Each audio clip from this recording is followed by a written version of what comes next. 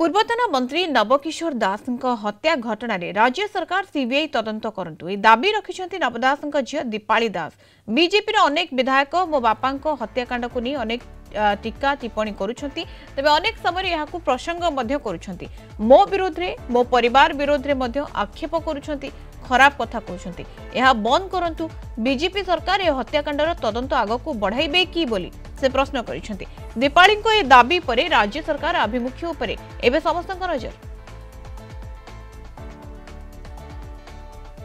किछि दिन धरी हला जो परि भावरे भारतीय जनता पार्टी सदस्य माने एवं किछि गणमाध्यम जोटा कि वन साइडेड माने आम परिवार को आक्षेप करुचंती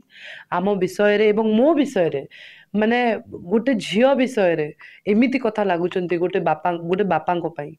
तो यह मो परिवार को बहुत गोटे मानसिकतारू माने आमे गुजरुछु गोटे मेंटल टॉर्चर भलिया हेची। मो बापा को बहुत भल पाए एवं मो परिवार उपरे एवं मो उपरे एमिति कथा से मानको लागिबा न कथा। बहुत दिन हला मु देखुछि से माने कहउचंती जे मु काहे कि मुह खोलु नाइ सीबीआई तदंत करू नाइ काहे कि। आज मोर प्रश्न ए मोहन सरकार को अछि, ए मोहन माझी रो सरकार को अछि जे आजी कोन ए मोहन माझी रो सरकार मो बापा तदंत को आगू बढ़ेब कि जो मैंने विधानसभा रे दी थर ए प्रसंग को उठाई एवं से समय रे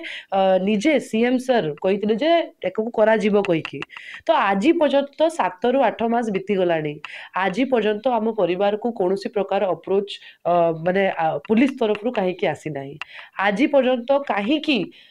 ए मोहन माझी सरकार मो बापा तदंत को आगू बढ़े ना। संपर्क में अधिक आलोचना करबा संतोष साहू झारसुगुड़ा रिपोर्टर हम सहित फोन लाइन जोड़ी होती। संतोष गोटे बड़ दाबी आनी दीपाली और जो भाव में आक्षेप कर जो भाव में वन साइडेड कहवा कथा वर्तमान समय बीजेपी कौन प्रतिक्रिया रखुची नजर निहाती देखो जो भाव में दीपाली दास प्रतिक्रिया रखिंट कारण जो भाव में कह जाऊँगी कि कहीं सीबीआई तदंत करान जाऊँगी कहीं सीबीआई तदंत कर जिन से प्रश्न कर राज्य सरकार को कहीं तो बीजेपी हाथ में सरकार रही कहीं आपण मैंने सीबीआई तदंत करूना जदि अच्छी बेले आप सीबीआई तदंत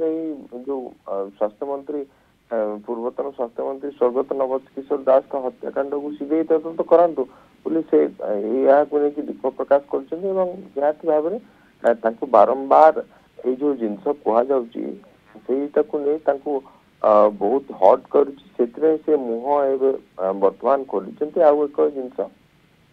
परिवार को टार्गेट करा कहते कारण से जड़े झी बाबा हत्या को नहीं बहुत आघात लगी बारंबार यही जिनस कहवा से बेस दुखित अच्छा।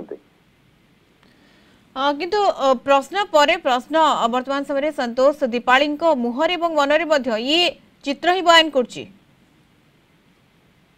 निहाती वर्तमान एवं प्रश्न उपर प्रश्न रहुची कारण जो भली भाव में आक्षेप करा जाउची वर्तमान घटना नुहे नवदास मृत्यु पर बारंबार यही दाबी उठी आसूला बीजेपी पक्ष उठी आसूला जो समय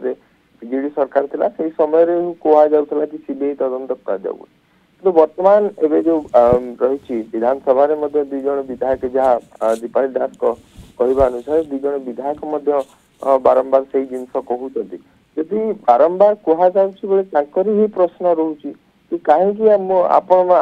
करूना आपण हाथ में केंद्र सरकार रोच आपण हाथ में राज्य सरकार रोच कहीं आप सीबीआई तदंत कराऊना 1 वर्ष